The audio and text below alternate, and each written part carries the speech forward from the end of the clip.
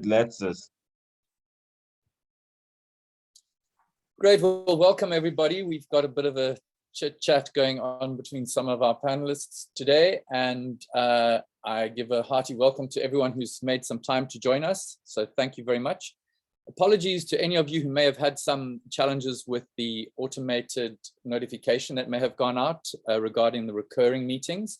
We've had to restructure some of how Zoom was working, and we've hopefully figured that out now. So what it means is you may have to register each month for the talk each time it gets announced, instead of having this rolling thing, because the calendars were creating a little bit of a challenge for us. So I'd like to welcome you all. We've got an amazing panel of people joining us for this Trails talk in February.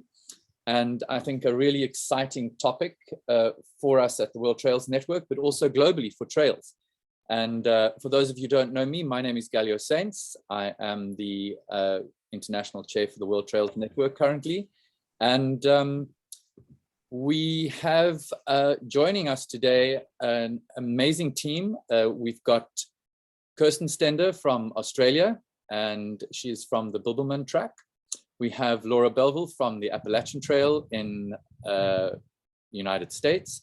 We have Pedro Menezes from the Brazil Trails Network, and we have Henry Fletcher from Westfjords Iceland and the Westfjords Trail Initiative there.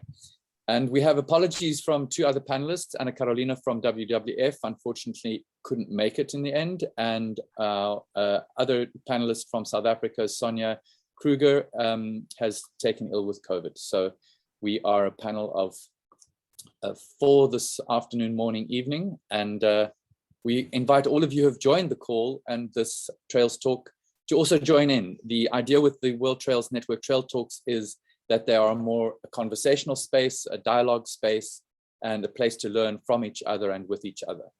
So we're going to kick off with this question around the intersection of trails and conservation. What are the challenges and what are the opportunities that we are experiencing and seeing in this space? And so I'd like to just simply open the floor perhaps and give our panelists a minute or two to present some of their thoughts or points that they might want to make, or to just share with us how they see challenges in relation to trails and conservation in their particular trails or in their particular part of the world. So maybe we can kick off with you, Kirsten. Are you happy for that? Sure, happy to talk about that. Thanks firstly for the invite, and good to be part of World Trails Network. Thank you.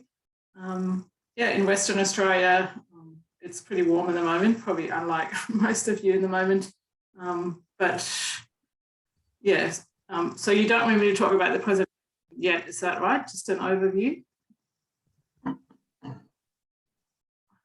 So in Western Australia, really, we're just looking at primarily at the relationship that we have with our visitors and how visitors can assist us in protecting our parks. We, as a government agency here, managing the Bibbulmun track as well as many others, struggle to survive, I guess, in a political environment that's challenged financially. So having sufficient support from the community and the public is essential for us to undertake that. In addition, we certainly undertake to build the right trails in the right place for the right reasons for the right people. So I think a lot of the conservation issues come from not having done that. And we have a very robust trail planning and process model. So I'll be talking about that a bit later on. Great, thanks, Kirsten. Laura, over to you. Galio, I'm really happy to be here too this morning here in the United States, and I recognize a lot of names in the audience. But for those of you that don't know me, I'm Laura Belville. I'm the Vice President for Conservation and Trail Management at the Appalachian Trail Conservancy. And I think these are really great questions, Galio. I think they're so timely, and I think there are issues that a lot of trail organizations are asking or grappling with across the world. And I think the issues are at different scales. So, I think at the scale of the treadway or the trail itself, we definitely are experiencing impacts to things like wildlife, vegetation, probably water quality. And that affects how we think about how we design our trails. Here on the Appalachian Trail, it's kind of interesting that, we're turning a corner on 100 years having the trail in place. And a lot of our work today is really realigning the trail so it doesn't go straight up a mountain and straight down a mountain, because I think, as most of you know today, that creates a lot of erosion and impacts to soil. So we're now working to design the trail so that there's a less of a grade, so less than a 10% grade. So just that trail design is one issue in terms of how we can impact plants, animals, in some cases, and water.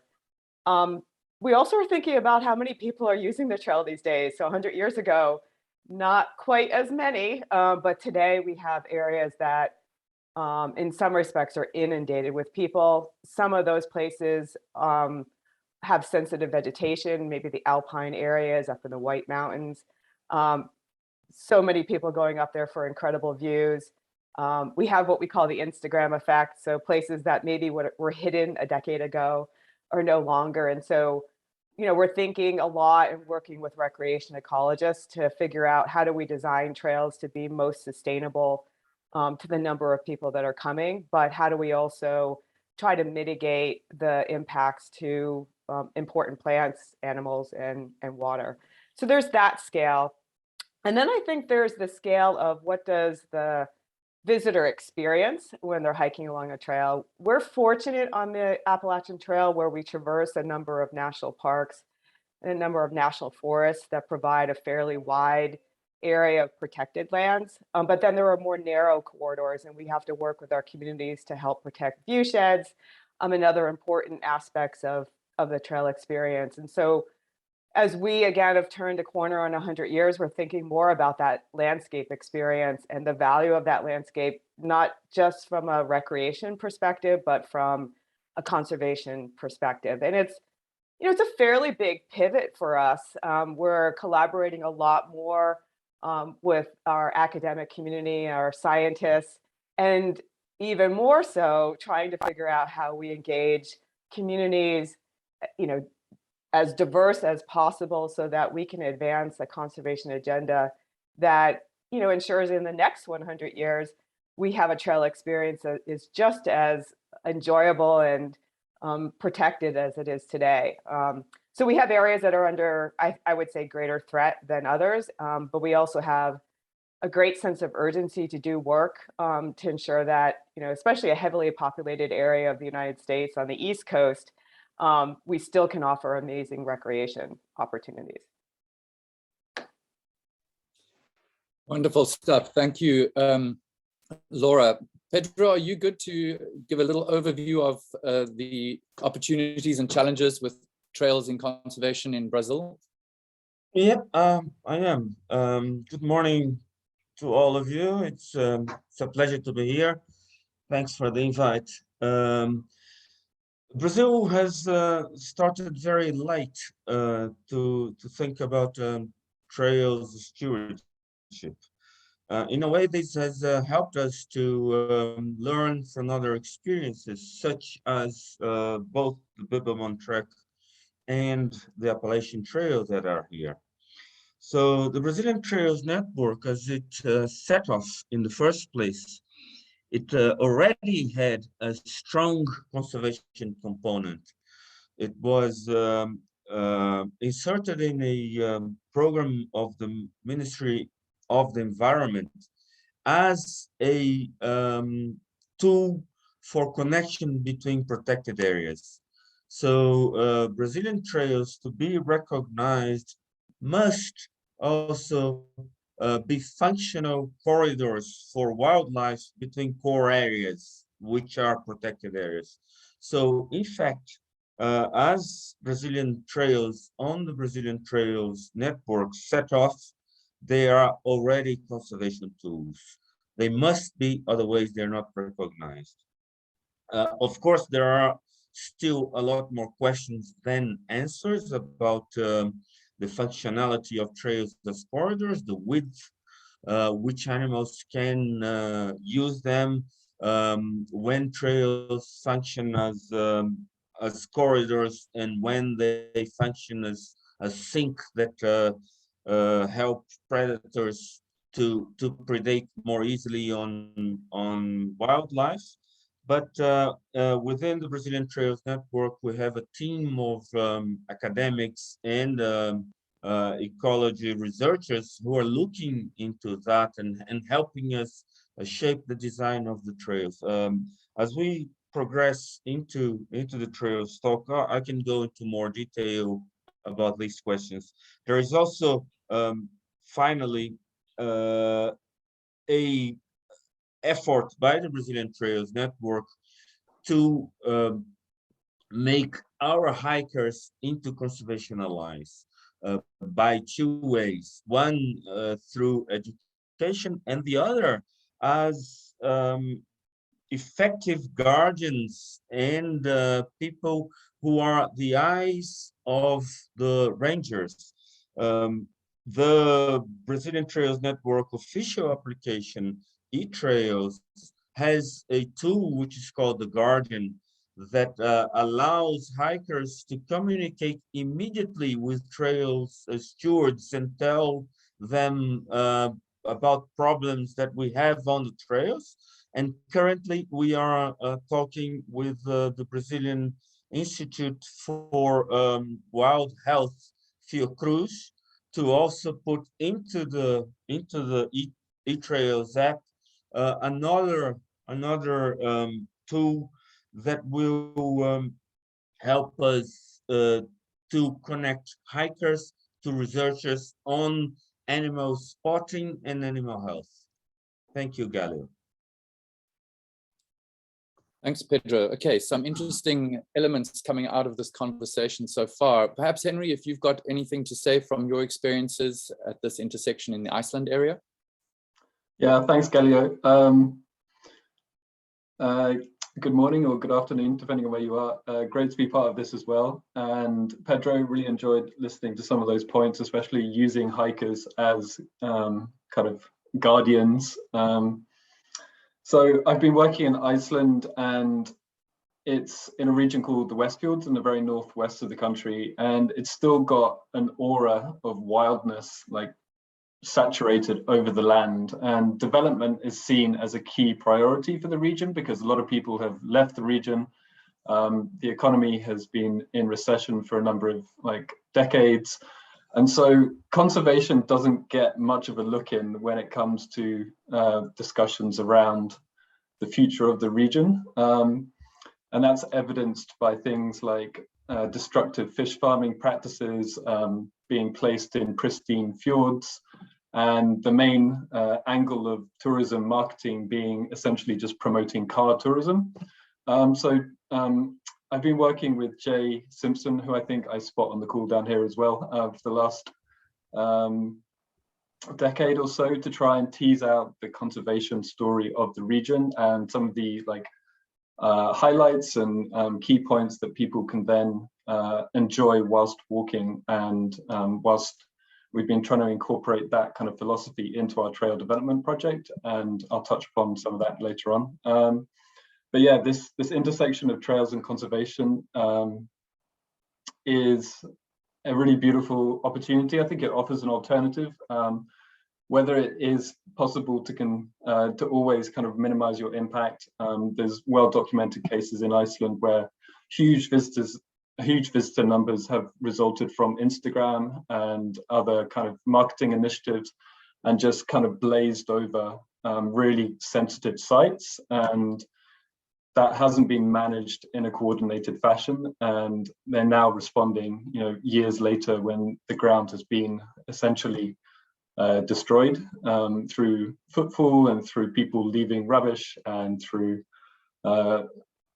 bad toilet practices out in the landscape, etc. So yeah, some key issues to try and include in any like project or development initiative around trails that can learn both from the past of what's happened in Iceland, but also just trying to incorporate the kind of wildness that already exists in this place. Thanks, Henry. A recent paper that's just been published, in fact, in January this year, looking at some of the trail intersections in the United States, the Outdoor Foundation reported that 7.1 million more Americans participated in the outdoors in 2020 than did in 2019, making it the largest one-year jump on record and accounting for a total of 160 million recreational users. So in a way, these, I think all of us have seen in, since the onset of this pandemic and lockdowns, the increased number of trail users around the world on trails that were fairly accessible to local communities, and especially those trails in close proximity to, dense urban environments or urban regions where people needed to really get out, and trails were one of those places. So the question is, looking at that number from the United States, I mean, that's a, the numbers here are quite phenomenal for me to try and comprehend in a country where we don't even have 7 million people who are able to afford to even go hiking. Those figures are quite extreme.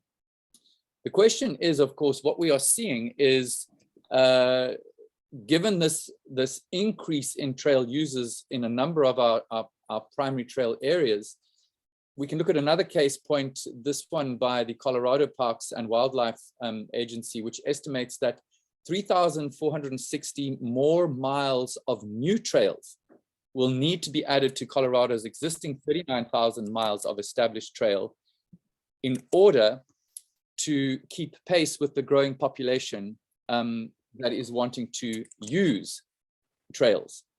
And so this raises a really powerful question for me around new trail development, and how do we mitigate some of the impacts that may have on wildlife, on species, on our habitats going forward. So maybe some thoughts from our panelists in relation specifically to that question.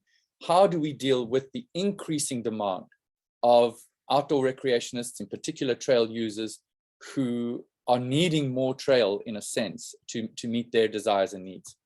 And we see this maybe in particular with some of the trail running fraternity, who oftentimes are always looking for a new trail, whereas hikers I tend to see are quite content to kind of walk the same trail very regularly. But events that relate, when you've got trail events that continually need to sort of market themselves in a particular way of being on the edge or offering something new and innovative or new and exciting, they're always looking for new trails. So some thoughts around that from the panel, please. Galio, I think that's a really interesting question and lots of really helpful data to consider. I think the pandemic has inspired a lot more people to get out, and in some ways that's, I think a wonderful opportunity, and other ways it does create challenges. I see trails as a means towards conservation, so I tend to lean towards the opportunity side of those numbers. But I think that, as we develop new trails, we should be thinking about, how those trails are connected to a conservation agenda. We have so much learning collectively over the years of developing trails across the globe. Having a network like the World Trail Network to make connections and learn from one another. We definitely shouldn't be making the same mistakes that we've made in the past, like, building trails straight up a mountain. And so I think that we have a lot more tools at hand to ensure that, one, we design the trails accurately or correctly to protect important local resources. And then even from the get-go, giving folks a better sense of the landscape and the sense of place that they're exploring. I mean, one of the things I find sometimes on the Appalachian Trail is, folks are very keen to plan their hike and figure out what boots they want to wear and what lightweight gear they're going to get, which is all good. I mean, I think those are all things that are part of the experience. But I find myself saying, boy, I wish folks would look up from their boots and think a bit more about the landscape that they're hiking through and the significance of those lands, the history, the cultural heritage. I mean, these places that our trails traverse through are so rich in so many different aspects. And the more that folks can connect and understand the history, the biology, the conservation agendas, I think the more likely we'll have these sustainable protected lands into the future. So, I mean, I love what Kirsten was offering about, how Australian parks are connecting users that then also wind up, protecting the important resources that we all come to our parks and our trails to enjoy. So yeah, having a clearinghouse of information and these opportunities to share ideas, I think are so important. Yeah, I love that point about creating the invitation. It's the responsibility of the people offering the experience at the end of the day to package it or containerize it in a way that people can begin to deepen their appreciation and sensitivity to the environment that they're in. And in the Westfjords, in the fjords of Iceland, what trails could potentially offer is an alternative to this car-based tourism, which essentially just encourages people to stop at, the hot spots, which ends up with a honeypot effect in certain areas, huge footfall, which, to be fair, is being managed quite well in those sites, but it misses all of that nuance that trails have the opportunity to reveal and support local rural economies that have otherwise been under pressure due to various other constraints. So yeah, I love that kind of broadening that happens when you actually limit the offer or reshape the offer on hand. When I first said that the Brazilian Trails Network is a result of learning from different experiences and trying not to repeat other trails mistakes, that is at the core of the idea of the Brazilian Trails Network itself. When we first went to the Appalachian Trail, about the time the Bible was being written in 1996, if I remember well, I remember Karen Lutz at that stage telling us, look, the Appalachian Trail was a great idea that's becoming victim of its own success. Soon we're going to have too many people and we're going to look more like an avenue in New York City than a trail. So if you're planning to do something in Brazil, forget our model. Our model of linear trails that attract people and more people because they want to do the exact Appalachian Trail has limits. So if you are also concentrated on conservation, try and do a system. We have a say here that says hike your own hike. So instead of having one linear trail, try to have a landscape approach. So if people are going to walk 6,000 kilometers from point A to point B, they can choose a different collection of different trails that will take them to point A and point B. That's going to be valid as having hiked the Appalachian Trail, because that's not going to be just one trail, but a collection of different parallel trails that can lead to one extreme of the country to the other extreme of the country. Right now in Brazil, we're having this discussion between the Brazilian Trails Network and other initiatives that want to exactly replicate the Appalachian Trail model. And we're trying to say, look, to put one linear trail in the Atlantic rainforest will be more of a problem in the future than a solution. What we have to do is to have a network, pretty much like they have in Europe now, although they do not have the conservation approach. They have more of a generation of jobs approach. So what we want is, yes, to take these runners from the roads and put them into the trails, those bikers from the road and put them into the trails, but make them into a political tool so we can have trails close to small cities, to big cities, less than 30 minutes to all cities. So if we look 100 years forward, we're going to have a completely different landscape in Brazil with every city interconnected by trails. And if people want to do long distance walks, they can plan their long distance walks, they can get their certificate, but they can hike their own hike. So they can stitch different trails to make long distance walks. That's what we're trying to do.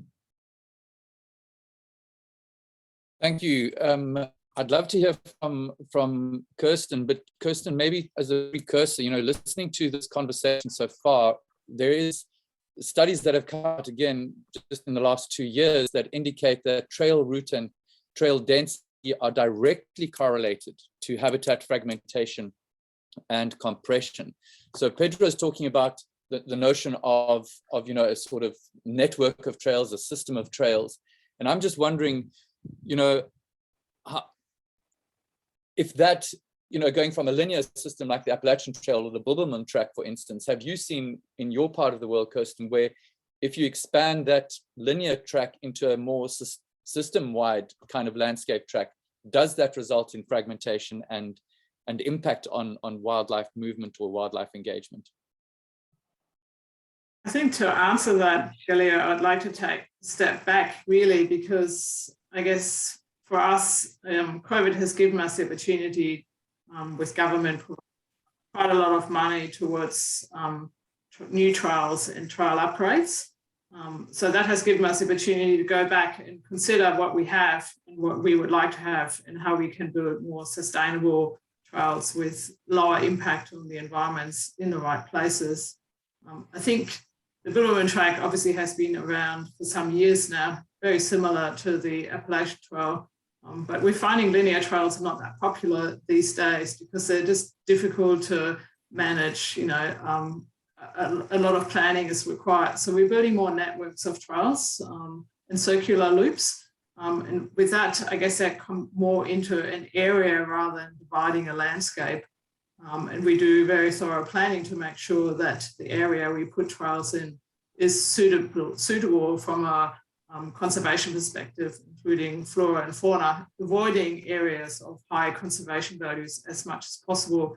It's a bit more difficult to do that when you have a linear trail and you need to get from A to B eventually.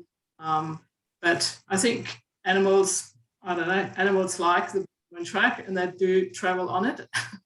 And I think the population of the Bibbulmun Track primarily isn't that huge that the impact on the wildlife in particular is massive, and it doesn't go through areas of high wildlife values or flora values. And we, bit similar to perhaps the Appalachian Trail too, are realigning large sections that go up and over and are not sustainably built. So yeah, I think it can be viewed in many different ways, but hopefully future trials and improvement to existing trials will certainly reduce the impact on the natural environment. Kirsten, you mentioned earlier on that from your agency's perspective, you look at right trail, right place, right reason, right people. Does that approach to planning have a hierarchy that's specifically first and foremost embedded in the ecology of place and the conservation of the area, or is it sometimes influenced by the need for recreationists to meet their needs, for instance? I'll take you through our 8-stage trial development process later if you like. But essentially what we do is we have the initial proposal, which includes the type of trial we're seeking to build, the visitor demand. And then we have a quick look at areas where that may be suitable showstoppers. And then we'll look at more detailed, the type of trial, the classification, who's it for, is it long, is it short, is it a loop? And then we'll go into a site survey, and where we survey, we do all the environmental surveys, cultural surveys, flora, fauna surveys, disease surveys. And then out of that, we will identify what areas are suitable and remaining that can be used for those trials that still provide that experience. So I think it's very much a combined approach. There's no point building a trial that doesn't provide a quality experience in an area where it's not actually suitable because the conservation value is too high. So it's got to be combined to have the right outcomes and be successful. Kristen, do you work with any form of, I mean, it sounds like you must have a form of matrix that weighs up, some of those concessions that one might make in relation to conservation impact. Do you work with anything like that, or are you aware of any sort of methodologies or approaches that have a more scientific approach to that kind of balance between the trail and conservation objectives? Yeah, we certainly have a process, I guess I would describe it as. And that process looks at no-go areas, good areas, and then there's a whole lot of grey areas. And I guess that's where we have opportunities to potentially compromise to create the experience. And we have a lengthy process as a conservation agency, as a government agency, to ensure that we protect the environment, of course. And so as part of that process, it's just an analysis. So not one stays higher than the other, but if we can't achieve the experience for the user, then we're not in the right location. So we have to look elsewhere. So I guess that's, the final outcome of that. But yeah, it's a pretty lengthy process that we go through that wouldn't be easy to explain here, and extensive paperwork that goes with that. Great, Kirsten, thank you for some of those insights. I want to use an example here from South Africa, where we've got a very active and a very popular trail running fraternity and trail running community. And research that was recently conducted here found that what they did is they collected debris from the shoes of the trail runners prior to an event, and were analyzing that for seeds and things. So they took 262 trail runners competing in 4 different running races, and in the pre-registration period, what they did was they took this debris from the shoes before they were going onto the actual trail. And what they found was they collected a total of 33 different plant species out of those samples. And more than half of those plant species were exotic, invasive species. So the argument is that a trail becomes a very, trails we know are corridors. They're very powerful corridors, but they can also be corridors for, distributing invasive species seeds quite deep into a protected area. Any comments on that, or experiences that you guys have in your own trails in relation to that? Delio, I can respond to that. That's a fascinating study, and I would love to see it and share it with some of our resource management staff on the Appalachian Trail. If they were on this call right now, they would tell you one of their biggest challenges and one of the greatest threats to habitats along the trail corridor is invasive species. And so, we've definitely thought about how hikers may be transporting invasive species, but have never had any specific data or research that I'm aware of to just be able to document that. But we do encourage people to give some thought to cleaning boots before they move from one area to the next. But especially for through hikers or long distance hikers on the trail, I think that's probably pretty difficult to do. So one of the things that we've engaged with is what we call an early detection and distribution system. So we try to keep invasive species out of areas, especially wilderness areas or areas where we have not documented any invasive species. So we have used volunteers in the past that have learned to identify invasive species and deploy them into more remote areas to ensure that we're not having any populations popping up. And if there are, then we can work to address those.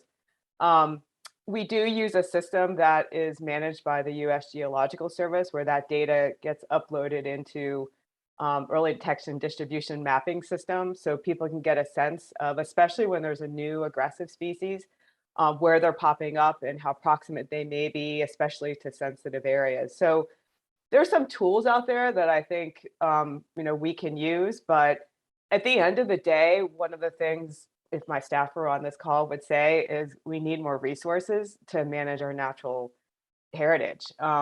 It's not a hands-off world anymore. Between fire suppression, climate change, invasive species, bigger human populations. If we have these sensitive areas, sensitive species, we have to be proactive about understanding them and ensuring that we have the resources to protect them. And that we are building the capacity. In some cases, we can recruit volunteers, and as much as volunteers help with trail building and trail management, there are volunteers that could help with invasive species control too. When things get to a point where a particular area is inundated, it becomes more of a restoration effort. And that's where the resources really need to be there to address that. So yeah, I think that's a huge consideration. And I think it's one globally that we should be thinking about. And I think it's going to get worse. I don't mean to be a Debbie Downer, but I think it'll get worse with climate change, especially for certain species. I think you've touched a very interesting point, Galio. In Brazil, we have a discussion about who should be managing national parks, biologists or managers. That is at the core of the discussion. Should we think as tacticians or should we think as strategists? Because what you're talking about is a tactical problem, not a strategy problem. What do we want to preserve certain tracts of land and in 100 years from now have a bunch of protected areas which are like islands, or we want to have a healthy system of protected areas interconnected by corridors that can be used by fauna? If we want to have the second choice, then we have to have a strategic approach. And a strategic approach does not work if the whole population is not behind it. You won't be able to do that with park rangers, because it's going to be territory-wide. That's what we want to do in Brazil, because while certain biologists are thinking, oh, these boots are bringing some invasive species and this is horrible, that is in a very small scale. While at the territorial scale, we have deforestation of the Amazon. Every time we have a lightning that strikes a forest, then we have what we call the colonial grass, which is a grass that was brought from Africa that grows before the Atlantic rainforest and doesn't let it grow anymore. And that is a lot more damaging than the small seeds that are brought in hikers' boots. The same is agriculture, which brought boars to Argentina for hunting 100 years ago, and now they are 3,000 kilometers inside Brazil, and this was not brought by hikers. If we change the focus and we look at it in a different way, which is we have to manage conservation as a holistic thing, and as a holistic thing, this has to be a policy for everyone, like education, like food security, like public health, for instance, and we look at long term, then we have a chance of succeed in preserving systems. That's why the Brazilian trail system is think as a system of trails and not a bunch of trails. And that includes necessarily environmental education in all of its different aspects, because we need the public. We need the public to understand the importance of protected areas, of connection between protected areas for the health of the planet. And we believe that trails that link protected areas can be an alternative of generating income for agriculture. If they do not generate income, we will not be able to have these connectors. And that's why we need to go landscape wide in our approach. Otherwise, we will only have conservation in small linear patches of the country. Thanks, Pedro. Interesting points there. And as we all know, when you dive deeper into the conservation question, the planet just gets more and more complex, and everything gets more and more sort of interconnected and sort of almost overwhelming. But one question I'd like to put to us is it realistic to conceive that just as we can overlog an area, overdam our rivers, can we also, in a number of instances, be over recreating in essentially protected areas, places that have been set aside specifically for species diversity, for species, survival? And I think, just asking that sort of question a bit rhetorically, listening to this conversation so far, it appears to me that trails, I mean, we have these two sort of places where trails, I would say, primarily live. You have trails that, are landscape wide, like the Appalachian Trail and others here in South Africa that I've been part of, that in a way knit together a broad landscape. And then you have trails, and those work with a variety of different types of landowners, from protected areas to private landowners to municipal land parcels. And then you have trails that essentially only live in a protected area or a designated conserved area. And I'm curious whether both types of trail areas are engaging with a sort of united approach towards education for trail users.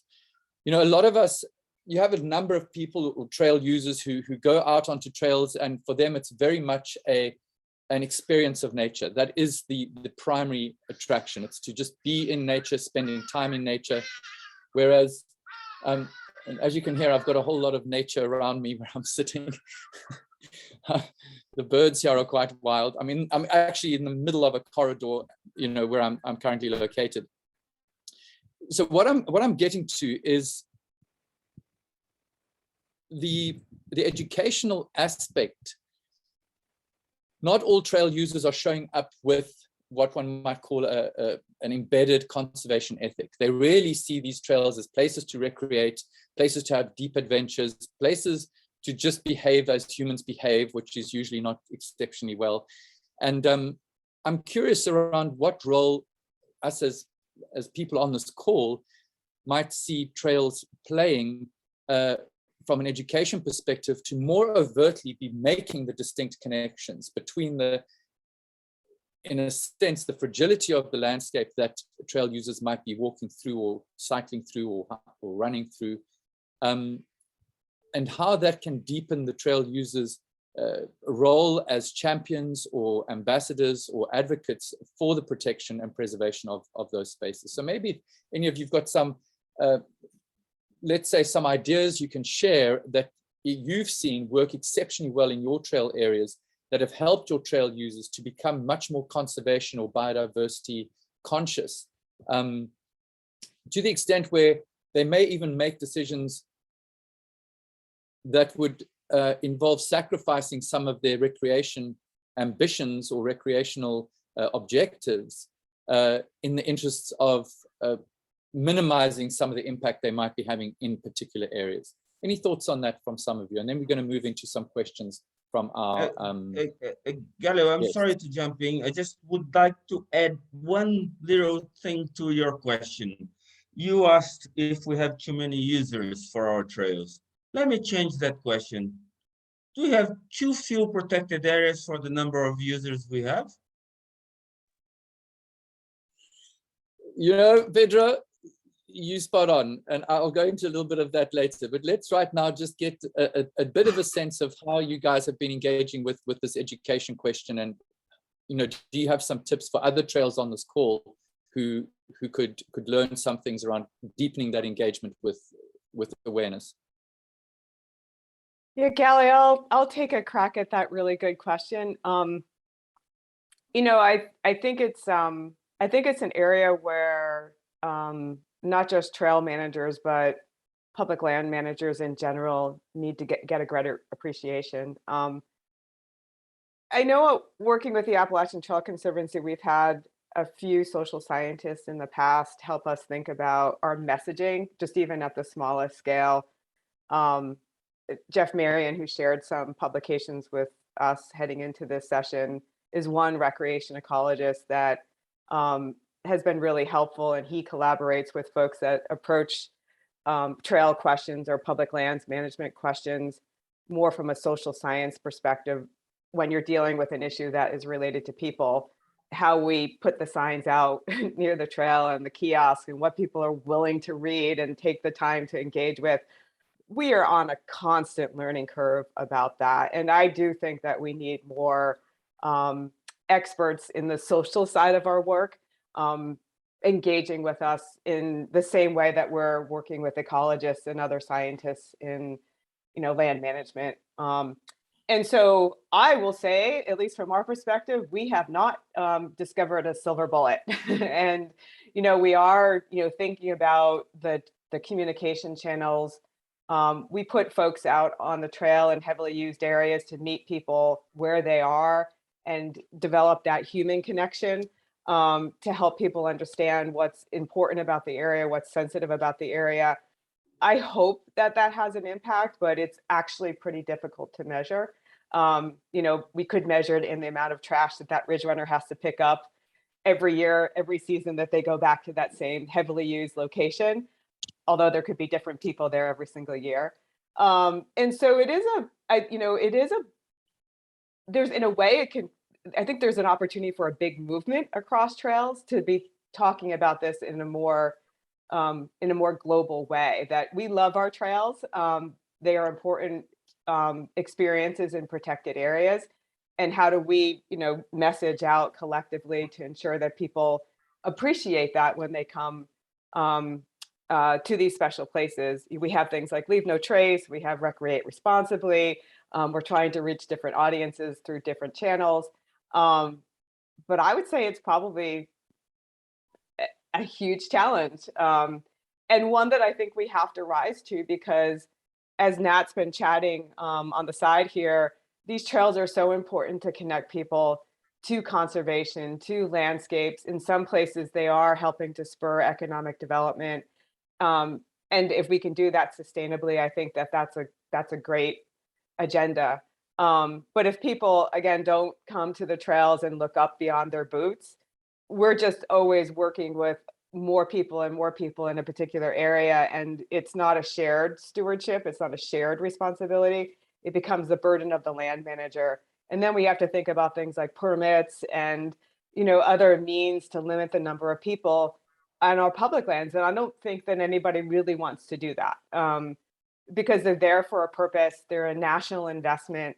You know, it cannot be an exclusive club, I don't think, for folks to experience our public lands. And so, yeah, I think bringing more social science to the table will help us understand the messaging that resonates and engage more people. Thank you, Laura. Kirsten, any thoughts from you? Yeah, certainly confer with all of what Laura is saying. I guess in addition to that, or as a different approach, I think it's important to have several approaches to this. And certainly one of the approaches that we are working on is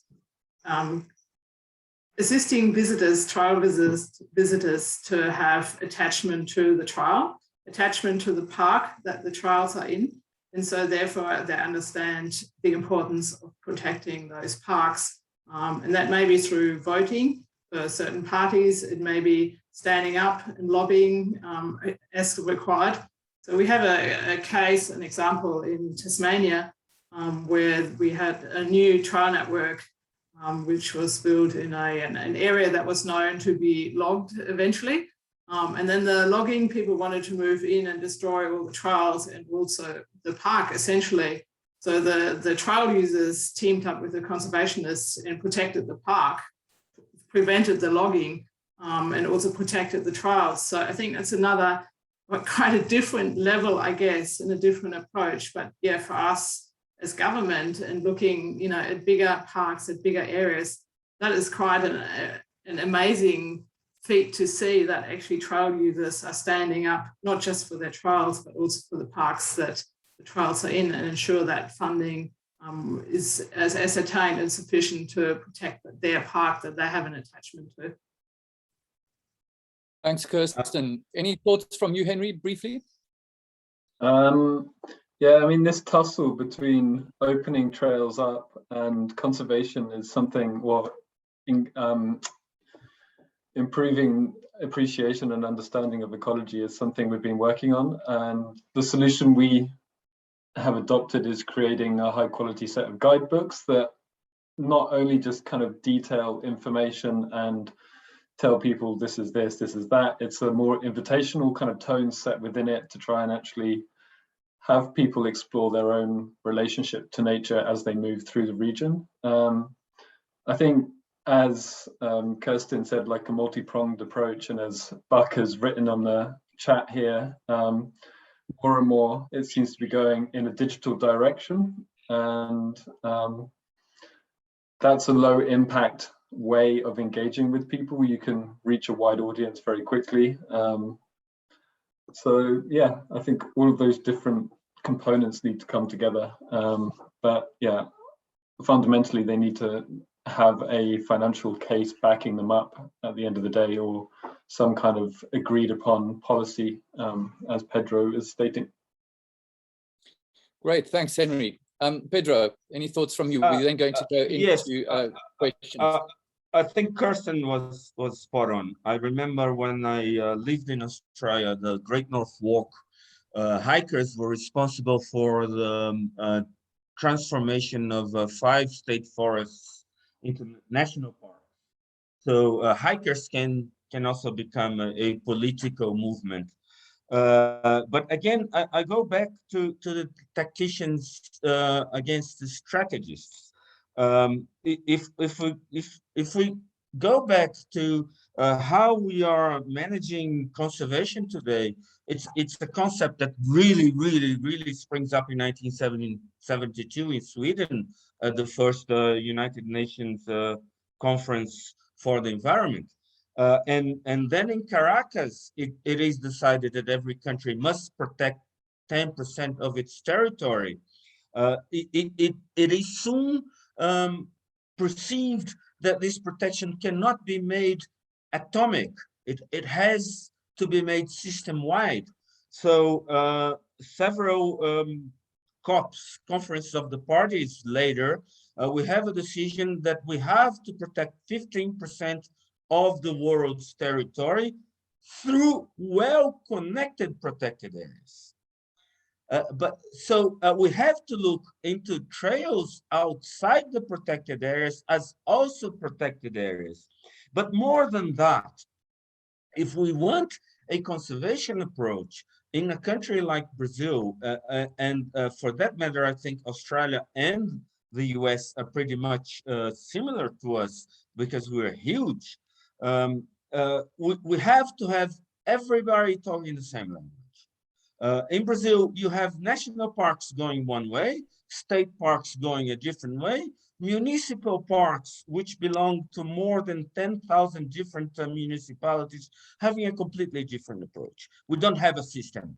We have a bunch of protected areas. Therefore, the Brazilian trail system is thought out by the Ministry of the Environment as a tool to link all these protected areas and to make them act in the same direction. If I'm going to reintroduce a species here, is it going to migrate to a municipal area? I have to talk to that manager. Right.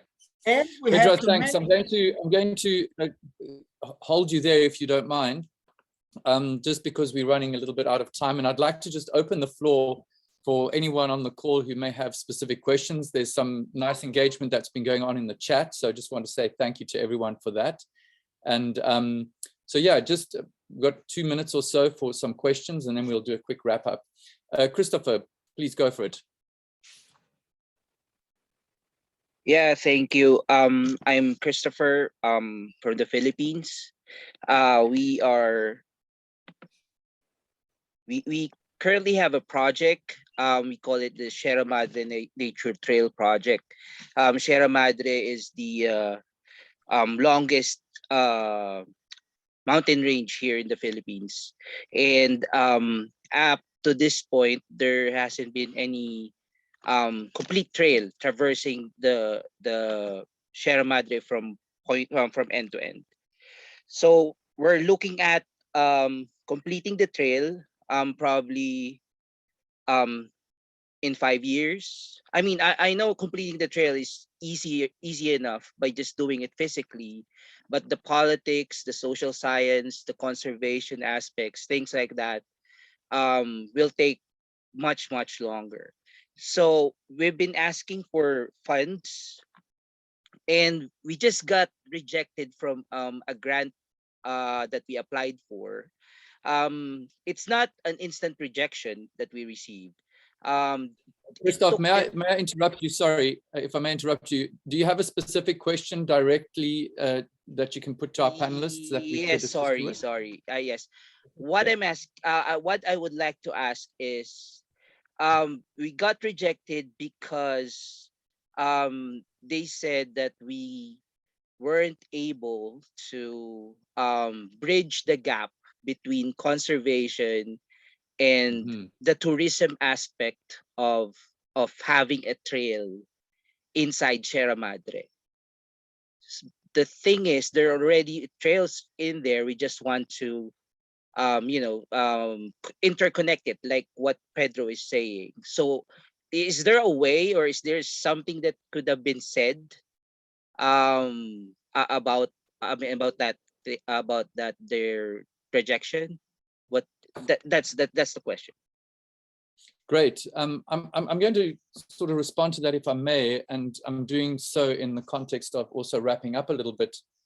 I think what this panel has certainly shown or highlighted for me in response to your question, Christoph, is the importance of ongoing studies and the importance of engaging with the research fraternity, of making sure we have accurate information and data that can inform decisions around where trails can be, should be, might be, that we take an informed, science-informed view of trail development, or even trail access in some instances. So that would be my response to that, and as in a way a first point of summing up this conversation, that when it comes to conservation of trails, I think we need to encourage more research. I think trails need to reach out to more academic institutions and students and really look at some of these hard questions, because we also come from a fraternity where we like to believe what we believe, because it's a fun space to be in, and oftentimes those things we don't want to see, we don't really want to look at. So I think more research is going to be in our favor. If we can go on to another question by someone else had their hand up. It was Yongnam from Korea. Would you like to ask your question? And could everyone else please mute themselves? Hi everybody. Hi everybody. Please go to the question. Yeah, welcome. Yeah, even I don't have have question, but I want to thank you and miss you every members, and I hope we can meet this year in Nepal. Thank you. Great stuff. Any other questions from anyone on the panel? We've reached our point, so maybe if I don't see any other hands up, we can maybe sum up quickly. I think in response to Pedro's question around the, it's not, yes, we need more trails, but we actually also need more protected areas. And perhaps what you're saying, Pedro, is that the outdoor recreational community are a powerful forum to both lobby and encourage the, an increase in the conservation estate, in putting more places under protection and in, so I think that's certainly a take-home point from me from this. And I think the last point that I think this panel has raised is the urgency around education. And I love the example that Henry gave, education as between him and Kirsten, this idea of a multifaceted approach, but that we should look at multiple channels. And I think Laura also touched on that, different user groups require different channels or require a different sort of framing from the educational perspective. And that we continue as trail organizations and trail custodians to invest in this educational dimension that in a way can bring the conservation elements of what trails contribute to our world more to the fore. And certainly in the World Trails Network, we'd like to do more if we can to raise the profile of the role that trails play in conservation, both in connecting people to nature, connecting them to themselves, but also I think, as Pedro has illustrated, in connecting us to a movement that can be a very powerful community for stopping inappropriate development, like Kirsten illustrated with the logging example she gave. So I think in summary, everyone, a very exciting topic, a very ongoing, pertinent topic for all of us involved in trails is how do we, make sure that our footprints, if you don't mind the pun, but that our footprints, do not have an excessive impact in the places where we are recreating and where we are having our trails developed. So maybe just a quick last word from our panelists, and we can then end this Trails Talk for February. Laura. Well, I appreciate the discussion. I learned a lot from the other panelists, and I appreciate the questions.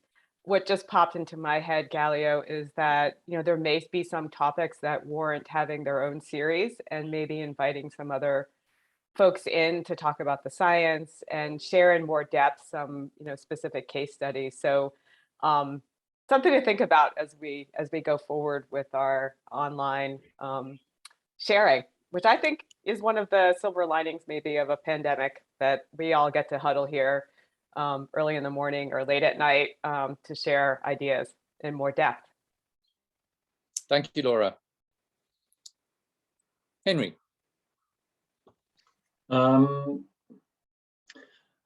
Yeah, really touched by this discussion and feel like I'm in the right place. We'd like to delve deeper into it, and yeah, just want to acknowledge, Galio, the work you're doing to bring us all together into this space, because I think it's a very unique offering. And when I say that, it stands in stark contrast to the majority of recreational based experiences that the tourism industry carries in a very commercial sense, that it's essentially a race to the bottom a lot of the time, or just replication without much thought. So yeah, really thankful for you to bring this to the table, and everyone else who is contributing. So thank you for being here and inviting me. Great. Pedro, how about some wise words from you so that we can move forward? Thank you. I don't know about wise words. I can try. I just would like to counter a little bit Laura. Laura, don't be pessimistic. I'm a diplomat. If diplomats are not optimistic, they're gonna quit their work. Yeah, because the world's always at the brink of extinction. And as far as environmental education does, I'd like to remember the ones of you who are as old as I am, that during our lifetime, we've seen people stopping smoking, and we've seen people learning to drive on roads and use seat belts, and we've seen people going increasingly towards democracies against strong regimes. So if we dream on the right way, everything's achievable. It's on us to do that. Thank you, Value. Thank you, everyone. I so agree with you, Pedro. Kirsten, please, your final words for us. Yes, thank you again, and really appreciated the session too. It's been very interesting discussions, and I also have learned a lot. I guess closing comments for me is that parks are for people. But we do need to look at the science as well, and certainly support what Laura was saying in regards, and you were saying too, in regards to research. But I think specifically also about, if we're building new trail, we really need to know where we're building it and what's there before we start thinking about it. The biology, the flora, the fauna, the cultural values. And don't be afraid to say, this is not an area where we will build trails. Let's go and have a look elsewhere. The other closing comment, just very briefly from me, we do a lot of work, and we now jointly manage most of our parks, a lot of our parks, with the one First Nation people, traditional owners, and they certainly have very strong ways of managing the land and managing the trails, and we're learning a lot from each other as we're engaging in joint management in our parks and our trails, and that is certainly the future that we're looking to manage our environment more safely and culturally appropriate, which also provides opportunities for all people, I guess, including the First people. So thank you very much, everyone, for this call, and have appreciated being able to provide some input. Well, a huge thanks to all of you for participating, and for our big audience that we had today. Really fantastic. There'll be a follow-up recording that you can share with your organizations and other friends, and there'll be a blog post as well with some summary of this session. Please remember, our next Trails Talk will happen on the 3rd of March, if I'm correct. It's always the first Thursday of every month, and please look out for the registration link in our upcoming newsletter at the end of this month. So a big thanks to everyone for participating. And if you have anything else to contribute, please send an email to info@worldtrailsnetwork, and we will take note of that. But also, if you have a topic you'd like to discuss in one of our Trails Talk sessions, please send an email as well to that email address, and we can put you on the schedule. So thank you, everyone. Take care and have a good evening, good day, and stay well.